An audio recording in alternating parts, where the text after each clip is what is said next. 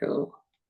Hi, Wendy. Hi. Hi, welcome. So today's session is the fourth in our series. So we're working our way through the developmental discovery framework. So we've done the design piece, the develop piece, the discovery piece, and today's session is about dare. And really what this is about, as always, I mean, we just take the conversation off wherever it goes, and it's your space, so you can do what you like. But the kind of like the overall umbrella piece for this is like, what do you need in order to help you dare to live that life that we've been talking about? And we've been exploring a little bit about how you'd like things to be and some of the things that are getting in the way. So this is kind of like that final piece of the puzzle, which is like, yeah, what's stopping you? What's getting in the way? What are those fears, anxieties, things you need to let go of that are stopping you from stepping into that space in the world? But obviously that's only a framework, so we just kind of take it where we want to take it. So how Yeah. have you been since last time we spoke, and what's been happening? Um, it's been really good actually. I kind of did the thing which I always do, which is like think, oh yeah, I'm ready. I'm gonna start, I'm gonna do it. And I kind of jumped straight into it. And I lasted for a week and I was really good for a week Mm-hmm. and felt really good about everything. And in my brain, I say to myself, oh, isn't it going well? Oh, this is really good. It feels like you feel really good about everything. And then for some reason I'll just like let it all go out the window. I'll have a couple of days where I'm not on it, and then I'm back to square one. And I think, oh, you went too fast. You weren't quite ready to like hold it down. So yeah. So I kind of said to myself, right, well, carry on, just carry on a little bit, be mindful of everything, but don't beat yourself up if you don't quite make it. Just yeah, just carry on, and then you'll have your session with Debbie, and then you'll be ready to dare yourself to do Yeah, it's interesting, isn't it? Because it's kind of like that motivation kicks in and it's there for a little while, and then it's like you take your foot off the pedal. It runs out of steam or whatever it is. So when you play that back to me, what kind of feelings come up for you? it's a little bit of disappointment because I think about how I was in that week where I was using my logging tool and I was logging all my food and everything, and I was really keeping on top of it, and I was really like exhibiting some self-control where Mm-hmm. I was like, no, I don't need that, I'm not hungry, I don't need to eat that thing. And also that whole situation where I'm like, I already know what that tastes like. I don't need to try it again. But then so all of that's going really well. And then I don't know. I just think, oh, it's too hard. It's too hard to be logging the food all the time. And I've just eaten out and I can't really work out what that food would be to put it into the logger. So I just won't bother. And then before I know it, 3 days have gone by and I've not done it at all. And then I'm kind of like, oh well, you're in that now. You kind of you've let go of the reins already, so you might as well just leave them, Mm. let go of. Mm. What's the difference between the days where it all feels like it's too hard and the days where you feel like you have got good self-control? What's going on between those days? I don't know. I really don't know because I feel inside I'm like, I don't know what it is. It's almost like I just kind of go, oh, it's too hard, Mm. Whereas the rest of the time I'm like, enjoying the difficulty and enjoying it a bit and thinking, yeah, I'm doing this even though it's hard. Mm. But then some days I'm like, it's just too hard. Mm. Mm. And I can't give myself that impetus to like attack it, even though I know technically if I started doing it, I'd be like, oh, it's not as hard as you thought. Because I know that nothing's ever as hard as I think it's going to be. I do Yeah. the same with work. I put myself off things and I'm like, oh God, I gotta write that document. And I'm like, oh, I don't want to start it. And Mm. then I will start it. And I'm like, see, it's not that bad. And I'll get so far through and then I'll move on and do something else. And then when I come back to it, I'm like, you've got way further than you thought you would, you know? And I'm like, yay! I'm like nice to myself then. And it's just that having that, come on, do it. Like the voice saying that at the same time as the other voice going, no, it's too hard. I let one voice dominate each time. Yeah, I hear that. I hear that. And it's like some days one voice is in charge and the other, and maybe not even in a day, but within a day, it might swap over. Yeah, yeah. Completely. What would be on a day where the one that's more vocal, on a day where the vocal one is saying it's all too hard, is everything too hard, or would there be some tiny things that would be okay, or is it everything that's just too hard? No, it's the being good that's too hard. The being bad is dead easy. So yeah, okay, yeah. On those days, that'll be the day where I'm sitting there and I think, oh, do you know what? I'm going to walk around the corner shop and get myself a little bag of M&M's salted caramel. Nice. and like that's effort, but that's all right effort, because it's like naughty effort. So yeah, that's always good. That the power it takes to do naughty stuff is like nothing. Yeah, so tell me more about that. So the power it takes to do naughty stuff is nothing. So it doesn't take any effort to do the naughty thing. It's easy. Yeah, even though it does physically take some effort. It's like I don't mind that. Yeah. Whereas like with the good stuff, the effort it takes to do the good stuff is like a step too far. Yeah. And I guess that's that kind of like you've got to continue to put that effort in if it feels that way. Yeah. So if it's full on and then that energy isn't there anymore, it just goes to the other extreme. It really does. Yeah. So what would be a different way about thinking about all of that? What would be a more helpful way of thinking about it?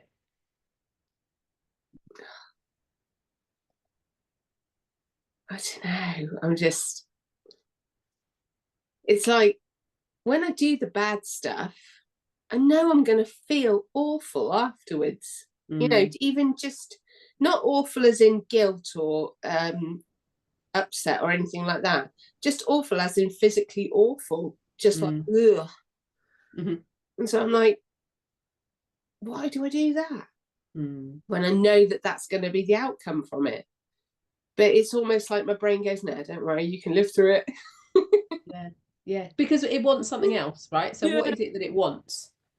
It wants sugar and chocolates, and it wants that instant gratification. It wants that instant buzz and high of like having the chocolates and the sweets and the biscuits and and that feeling of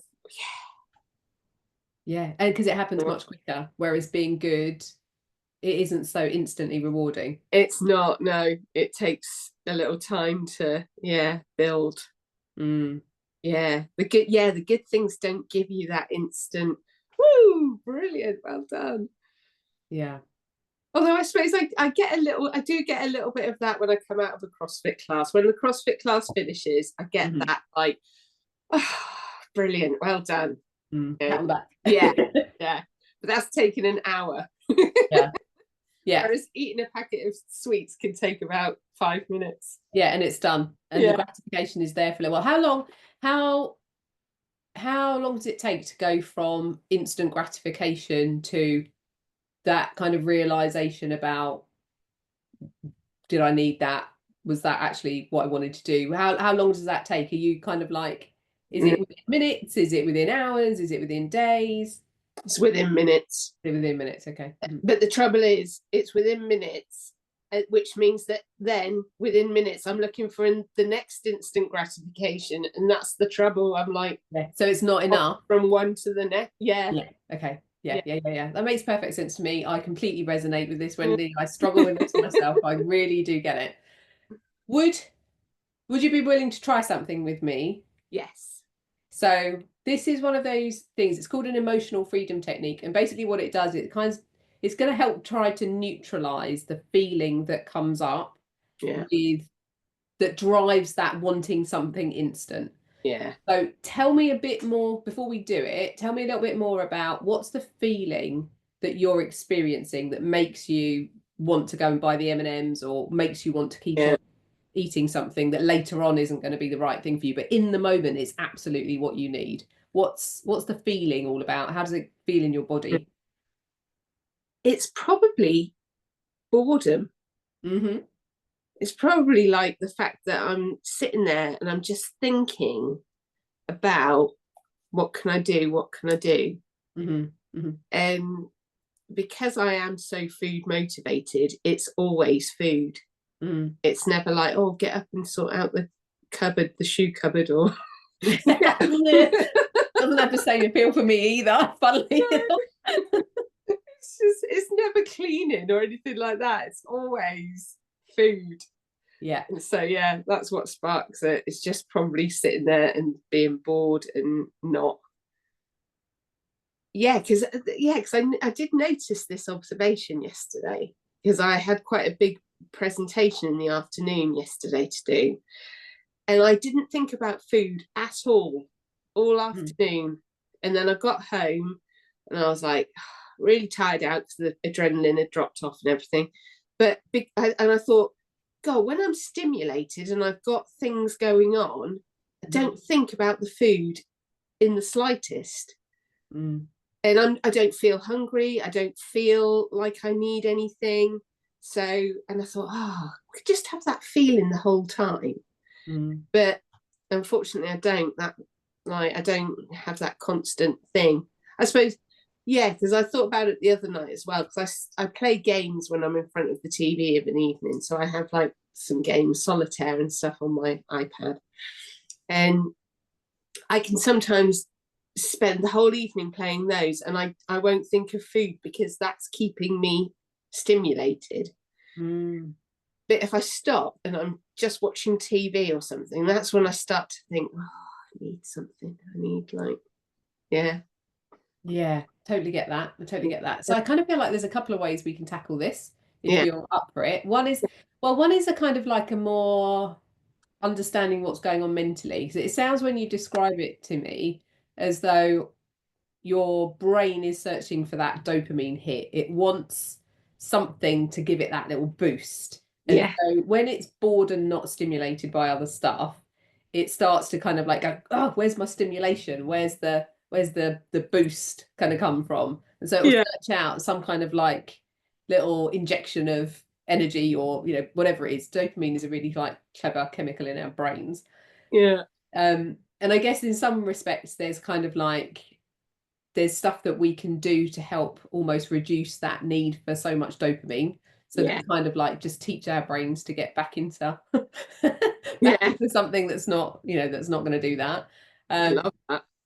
yeah, so that's one way of looking at it. It's kind of like how do we calm the brain chemistry down so that you don't have that kind of like need for it, and that can take a bit of concerted effort, Yeah. because brains love chemical combinations. It's how we work. Yeah. The other is to kind of look at it from those emotions and what's going on in terms of the feeling. If it's a feeling that drives it, like you described the boredom, then what we can do is we can almost kind of like tackle that as well. So Mm-hmm. are you up for trying both of those Yeah. things? Yeah. Very much. So the first one, the emotional freedom technique, it's tapping. You tap on different points of your body, and it's basically a way of almost like freeing up the energy in your system. Okay, so it sounds all a bit weird and a bit wacky, but it really works for some kind of reason. So we'll try it. And what you're looking for as we go through it, basically, I'm going to give you some points to tap on and some things to do, and you just copy it straight back to me. Okay, saying the same words. And at some point through the process, as we go around it, what you normally feel is your body will kind of make some kind of a shift, and you'll feel it as you'll either want to yawn or sigh, or you might feel tearful, you Mm-hmm. might want to stretch, or you might feel, the way that it comes for me is it kind of makes me feel very like grounded and solid and heavy, and like I'm Right. really here instead Yeah. of being kind of all up in my head. I don't know if that makes sense, but that's what you're kind of looking for as we go through it, and just see if there's any shift between where we start and where we finish. Okay. Brilliant. Yeah. Okay. So Yeah. just kind of go with it. It's a bit weird, but we'll have a go. Yeah. Sometimes it works really, really well. So what I want you to do is think about that kind of feeling of boredom and everything that comes up with it. We're not going to hang out in this nasty place for very long, but we just kind of want to bring it to life and kind of go, when I'm feeling like that and I'm about to reach out for the packet of biscuits or the M&Ms or whatever it is, what is going on? What does that feel like? And give it a kind of, on a 0 to 10 scale, how strongly do you feel that urge to do something about it when you feel it? Oh, I'd say 9. 9, so it's a biggie, right? Yeah, So this is something, it's a really powerful feeling associated with yeah. it. Right, okay, that's really good. So I want you to tap on the side of your hand like this, and then just repeat back the words that I say to you back to me, okay? So even though I experience this impulse when I get bored, Even though I experience this impulse when I get bored, and it makes me do things that later on I regret, and it makes me do things that later on I regret, I completely love and accept myself anyway. I completely love and accept myself anyway. Okay, and then you're just going to tap on your forehead like this. So when I'm having one of those moods and I feel like I need a pick me up, When I'm having one of those moods and I feel like I need a pick me up, and it makes me do things like reach out for the biscuits, and it makes me do things like reach out for the biscuits, and you're just going to tap under your eye, and that in the moment really does satisfy what I want. and that in the moment really does satisfy what I want, But it leads to another round of just wanting more. but it leads to another round of just wanting more. And I'll eat some more biscuits or sweets. And I'll eat some more biscuits or sweets. And that will fill the hole for a little while, but then it comes back. And that will fill the hole for a little while, but then it comes back. And that makes me feel disappointed with myself. You're just tapping kind of like on your rib cage, sort of where your bra strap is. And that makes me want to. I can't remember what I said. That makes me want to reach out and have some more. That makes me want to reach out and have some more. And that makes me feel disappointed with myself. And that makes me feel disappointed with myself. And then I feel guilty and sad. And then I feel guilty and sad. But I do it all over again to But make I myself do, feel better. but I do it all over again to make myself feel better. And even though I know that this isn't helpful, And even though I know this isn't helpful, I do it again I do it again because I think that it will help in the moment. because I think that it will help in the moment. And it does. And it does. But now I know that I can do something different with it. But now I know I can do something different with it. And instead of reaching out for the sweets, And instead of reaching out for the sweets or chocolate, I can smile to myself and see what I'm doing. I can smile to myself and see what I'm doing. And I can make a choice about whether I do it or not. And I can make a choice about whether I do it or not. And sometimes I will have them. And sometimes I will have them. And sometimes I won't. And sometimes I won't. And either way, oh, this one, either way. And either way, I completely love and accept myself just as I am. I completely love and accept myself just as I am. And then just finish with your armpit one, then just show that on your rib cage, wherever it is. And then just rub down the outside of your arms a couple of times. Give yourself a little hug. And a couple of deep breaths.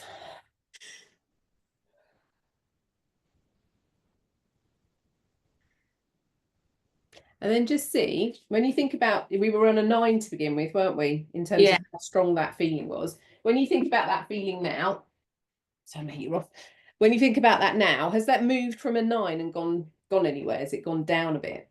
Yeah, I think it has. I think it's gone to like a 7. Okay, brilliant. Okay, so it's 7.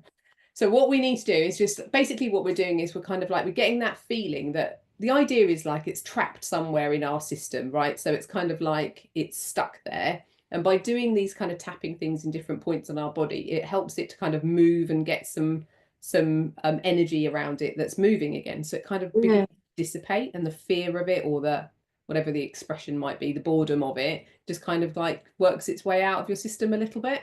Yeah. We'll see how far that kind of keeps going. So hold that kind of 9 down to a 7 thing for a minute, and just we'll come back and check in it in a few minutes and see if it's changed Yeah. anymore. Sometimes it takes a few minutes and then it just disappears and we don't have it anymore. It's just gone forever. It's really weird. Yeah. But if we think about the kind of like the dopamine thing for a minute, that kind of like, if we can see that what we're doing is our brain is asking us for some kind of input, would there be anything else that you can think of that would give you a bit of a dopamine hit that isn't to do with eating food? Probably is playing the games. Yeah. Yeah.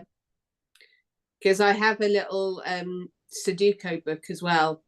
And I do like playing Sudoku. And I like when I solve things, that's when I think that same sort of like little buzz from that.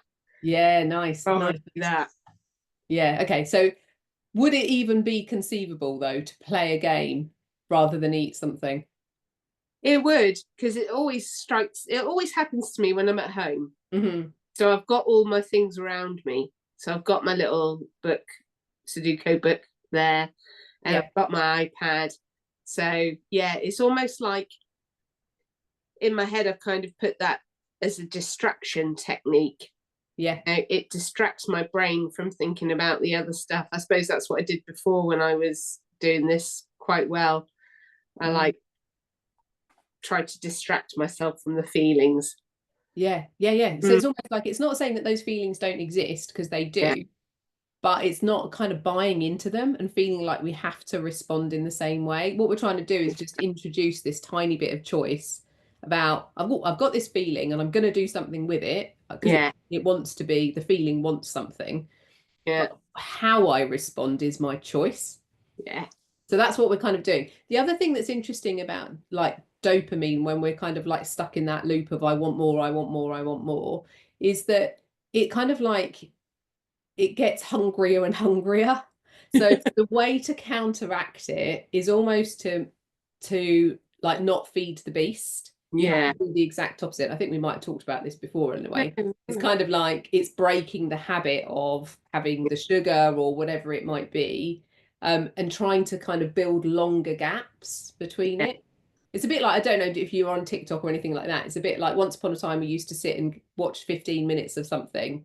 And then nowadays we can barely even pay attention to 30 seconds. If a video goes on for 3 minutes, we're bored because it's Yeah. too long. It's that same kind of like, that's what's happening in our brains. It's like it gets hungry and hungrier and hungrier, wants more and more sort of response. So what we have to do is kind of deliberately slow down that kind of need to make things quicker. So Yeah. like you were doing before, I think you said about like, just leaving it for a little while rather than immediately having the biscuits or whatever it is. It's just, can I give it 5 minutes? Can I even give it 30 seconds? Yeah. And just responding straight away. So how does that land with you when I say that? That lands really well because, yeah, when I think about it, in the situations where I do have it really bad, if I do stop for a minute and think, give yourself 5 minutes, by the time 5 minutes comes around, I've forgotten about it. Yeah, because the urge is gone. Yeah. It's Yeah. like a little peak that kind of It like goes, is. whoosh, I need it now. Yeah. It's like, oh, I think they say it's 7 minutes, Right. basically. If you can withstand the impulse for 7 minutes, it's usually disappeared. Wow. I'm going to measure it. It's See. quite a long time, 7 minutes, when you It really is. want something though. Yeah. But in a way, I mean, I guess that's where you can add in little things that might be helpful. Like, how do you just make something hard enough that 7 minutes, Yeah. get the biscuit tin locked? Yeah. Put the biscuit tin inside some sort of puzzle. Yeah, just make it a little bit harder for yourself. So it's like, I just can't get to it. And then by the time you get to it, you're like, oh, I don't want it anyway. She'll have locks, she'll have padlocks on everything. Exactly, yeah, or a little like series of chains and mechanisms. But it was funny what you said about the physical response, right? Mhm. Because you said about how you feel grounded, but I kind of had a different feeling when we were doing the tapping. And it's this lovely feeling that I used to like remind myself when I was a kid. I used to lie in bed when I was getting ready to go to sleep. And I had this thing where I felt like in my mind, I could make all the insides of my body vibrate back and forwards like that. Yeah. And it's a really nice feeling. I quite like it. Yeah. And I started to get that in my feet Oh. and in my Oh. when we were doing the tapping thing. And I thought, oh, I've got that like feeling of everything moving back and forwards. It's really nice. Yeah, I mean that could be, I don't, I can't speak for you specifically, but that could be that kind of energy just beginning to move through you again. And it's like that could be exactly what you need. So when you think about that now, and it was a 9 and it went down to a 7, what would you say it is now when you think about it? Oh, I'm not even, yeah.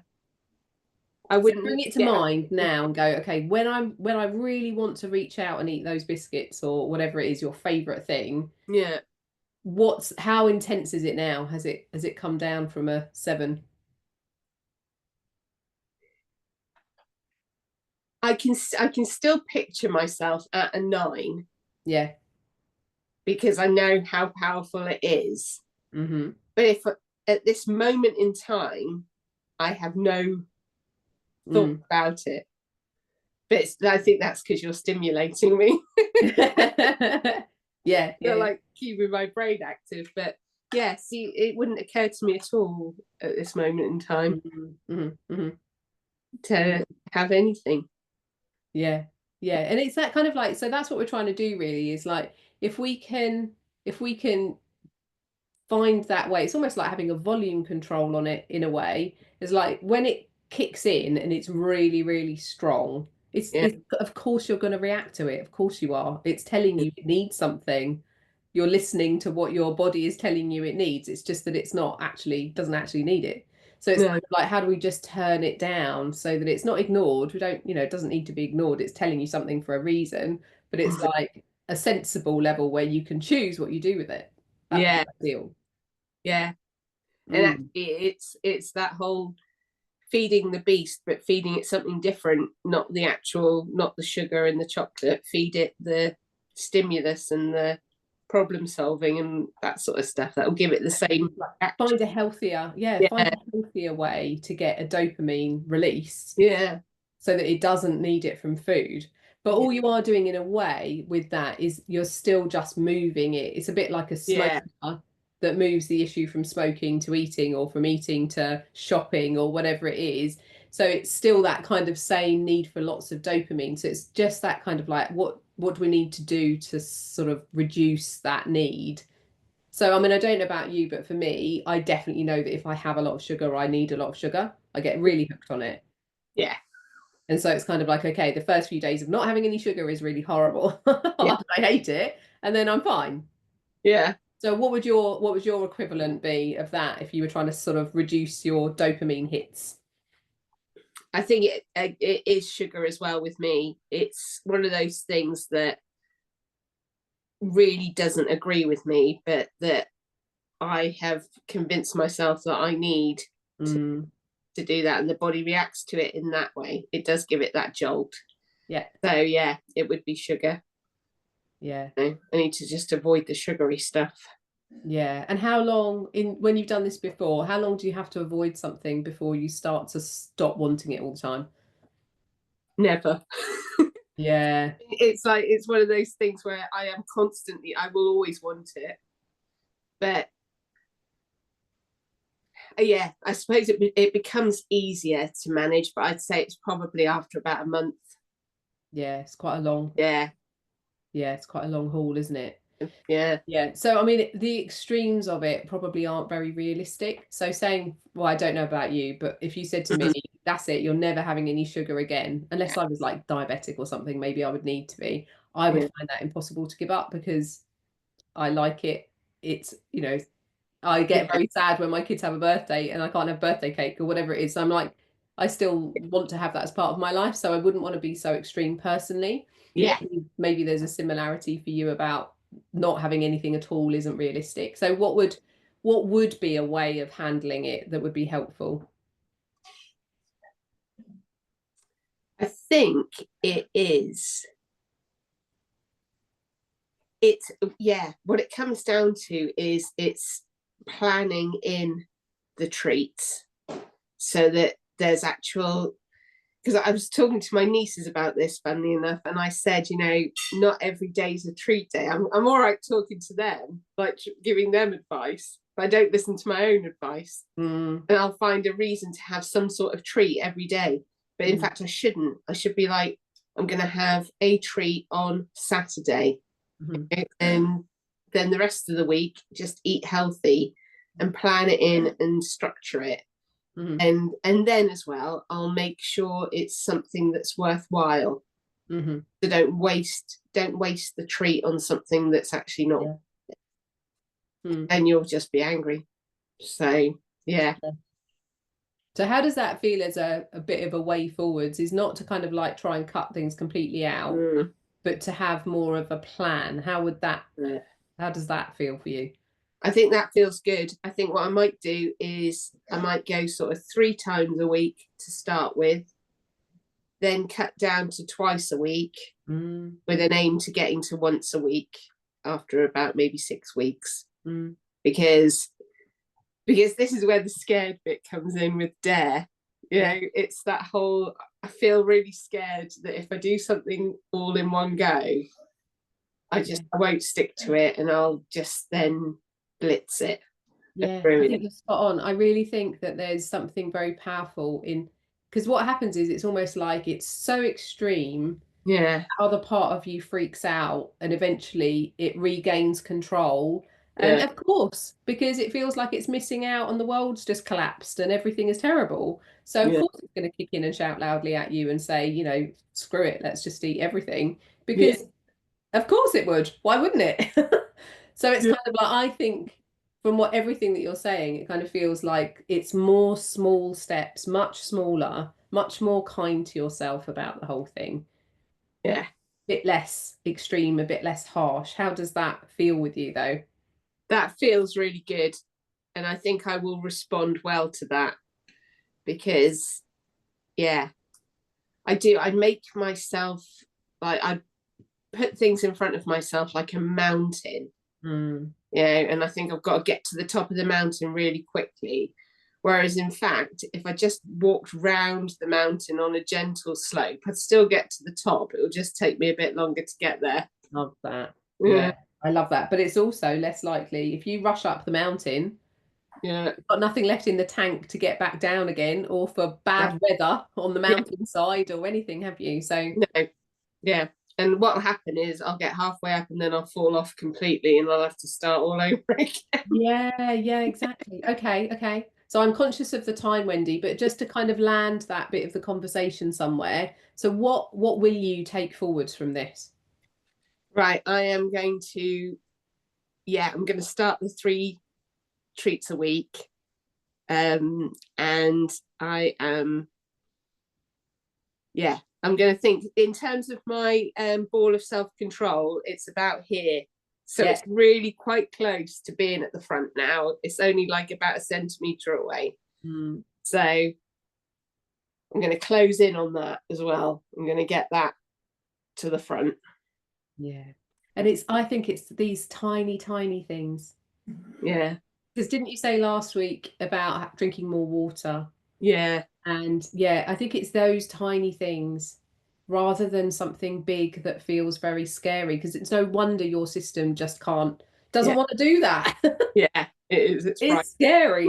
Too big. So make it really tiny and just like it's the easiest thing. And that way it doesn't have to swing between those two kind of ends of the pendulum where it's too hard, too easy, too hard, too easy. It's just everything is just heading in a general direction of brilliant. We're slowly going up the mountainside. Brilliant. Okay, let's leave it there, Wendy. Lovely. Thank you.